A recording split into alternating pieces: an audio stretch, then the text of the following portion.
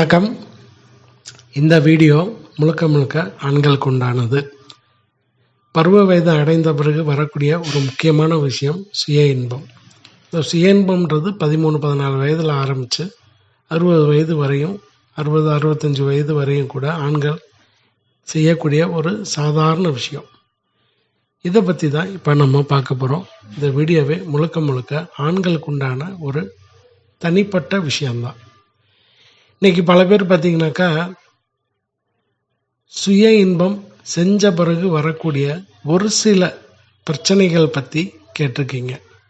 யார் சுய இன்பம் செய்யலாம், யார் சுய இன்பம் குறைச்சிக்கலாம் அப்படின்றத பற்றி கேட்குறீங்க. ரொம்ப சுலபமான விஷயந்தான், ரொம்ப ஈஸியான விஷயந்தான். சுய இன்பம் யார் வேணாலும் செய்யலாம், எப்போ வேணாலும் செய்யலாம், எந்த நேரம் வேணாலும் செய்யலாம். ஆண்கள் அளவுக்கு அதிகமாக செய்யக்கூடாது, செய்யாமலும் இருக்கக்கூடாது. செய்யாமல் இருந்தாக்கா உடல் ரீதியாகவும் மன ரீதியாகவும் பிரச்சனை வரும். அளவுக்கு அதிகமாக செய்யும்போது உடல் ரீதியாக பல பக்க விளைவுகள், அதாவது அதனால் வரக்கூடிய நிறைய பிரச்சனைகள் உண்டாகும். அளவாக இருக்கும்போது மன ரீதியாகவும் உடல் ரீதியாகவும் புத்துணர்ச்சி அடையும். சரி, இப்போ இந்த சுய இன்பம் செய்யக்கூடியவங்களுக்கு கேள்வி என்ன அப்படின்னு பார்த்தீங்கன்னாக்கா, நிறைய பேர் இந்த மெசேஜ் அனுப்பிச்சிருக்கீங்க, வாட்ஸ்அப்லேயும் சரி. இந்த விஷயங்கள் என்ன கேட்டிருக்கீங்கனாக்கா, சுய இன்பம் செஞ்சனால எனக்கு இது வந்திருக்கு, இது சுய இன்பத்தினால வந்திருக்கக்கூடிய பாதிப்பான்னு சொல்லி கேட்டிருக்கீங்க. சரி, சுய இன்பம் தாராளமாக பண்ணலாம், அளவுக்கு மேலே பண்ணக்கூடாது. அளவாக இருந்தால் எல்லாமே நல்லது தான்.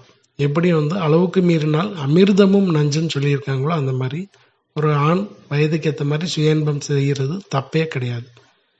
ஓகே, இப்போ இந்த சுய இன்பம் பண்ண பிறகு என்ன சிம்டம்ஸ் இருந்தால் குறைச்சிக்கணும், அதை சரி பண்ணிக்கணும் அப்படின்றத பற்றி பார்ப்போம். இப்போ நான் இத்தனை வருஷம் சுய இன்பம் பண்ணியிருக்கேன், ஆனால் எனக்கு எந்த பாதிப்பும் இல்லை. இப்போ ஒரு 3 மாதமாக 4 மாதமாக 6 மாதமாக எனக்கு இப்போ சுய இன்பம் பண்ணால் மூட்டு வலி வருது, இந்த மூட்டுகளில் லேசாக வலி வருது, நடந்தால் வலி வருது, ஒரு மாதிரியா கொஞ்சம் ஹெவியாக வேலை பார்த்தாலே, கொஞ்சம் ஹார்ட் ஒர்க் அதிகமாக பண்ணால் வலி வருது. அப்போ சுய இன்பத்தை என்ன செய்யணுன்னாக்கா குறைக்கணும். இல்லைன்னா அதுக்குண்டான தீர்வு என்னன்றதை சொல்கிறேன் இந்த வீடியோவில். அப்போ யார் பண்ணக்கூடாதுனாக்கா, முதுகு வலி வருது, சுய இன்பம் பண்ணி ஒரு அரை மணி நேரம் 1 மணி நேரத்தில் முதுகு வலி வருது, சுய இன்பம் பண்ண பிறகு மூட்டு வலி வருது, சுய இன்பம் பண்ண பிறகு முழு உடலே ஒரு மாதிரியா சோர்வடையுது, சுய இன்பம் பண்ண பிறகு பின்னந்தலை வலிக்குது, சுய இன்பம் பண்ண பிறகு எனக்கு தூக்கம் வர்ற மாதிரி இருக்குது, ஒரு மாதிரியா டயர்டாக ஃபீல் பண்ணி தூங்கினா நல்லாயிருக்கும் ஒரு 1 மணி நேரம் அப்படின்னு நினைக்கிறேன். சுய இன்பம் பண்ண பிறகு எனக்கு ரொம்ப நாள் என்ன ஆகுதுனாக்கா, ஒரு மாதிரி உடல் ரொம்ப சோர்வு அடைஞ்சு அன்னைக்கு இரவு வரையும் தூங்கின பிறகு ஓரளவுக்கு பரவாயில்ல அப்படின்ற மாதிரி தோணுது. சுய இன்பம் பண்ண பிறகு 2 மணி நேரம் 3 மணி நேரம் எனக்கு உடல் ரீதியாக அசைவு கொடுத்தாலே ஒரு மாதிரி ரொம்ப எப்படி சொல்கிறேன்னாக்கா, டயர்டாக ஃபீல் பண்ணுறது மட்டும் இல்லாமல் தூங்கினா நல்லாயிருக்குன்னு நினைக்கிறேன். அதை விட வேலை பார்க்குறதுக்கே சோம்பேறித்தனமாக இருக்குது. ஸோ இந்த மாதிரி நபர்கள் என்ன செய்யக்கூடாதுனாக்கா, சுய இன்பம் பண்ணக்கூடாதுன்னு சொல்ல மாட்டேன், அளவாக இருந்தால் நல்லது. பட் இந்த மாதிரி சிம்டம்ஸ் வந்துச்சுனாலே நீங்கள் முதல்ல செய்ய வேண்டியது, சுய இன்பம் பண்ணுறது தப்பு இல்லை, ஆனால் இந்த பாதிப்புகள் உடல் ரீதியாக ஏற்பட்டுருச்சுன்னா நீங்கள் உடனே இதுக்குண்டான மருந்துகளை சாப்பிட்டு சரி பண்ணிக்கலாம்.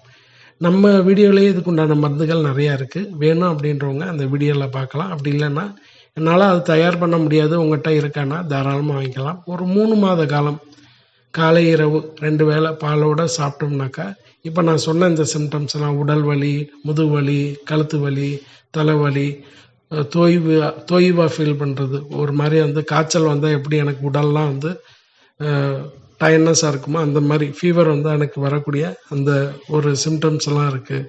இல்லை சுய இன்பம் பண்ணாலே எனக்கு இந்தந்த பிரச்சனைலாம் வர்ற மாதிரி இருக்குது, வண்டி ஓட்டுனா கூட முதுகு அப்படியே பிடிக்குது, நேராக குனிஞ்சு நிமிந்தால் தான் வண்டி ஓட்ட முடியுது, தூக்கம் வர்ற மாதிரி இருக்குது, இந்த மாதிரி பிரச்சனைகள் வந்துருச்சுனாலே உடல் ரொம்ப பலகீனமாகிடுச்சு. அப்போ சுய இன்பம் குறைச்சிக்கணும். அதுக்கு உண்டான மருந்துகள் சாப்பிட்டு சரி பண்ணிக்கிட்டிங்கன்னா உங்களுடைய பிற்கால வாழ்க்கையில், தாம்பத்திய வாழ்க்கையில் குறைபாடு இல்லாமல் இருக்கும். இந்த மாதிரி பிரச்சனை இருக்குன்றவங்க தாராளமாக நமக்கு வேணும் அப்படின்னாக்கா மருந்துகள் வாங்கி சாப்பிடுங்க. இல்லை வீடியோலேயே எல்லா விஷயமும் சொல்லியிருக்கேன்.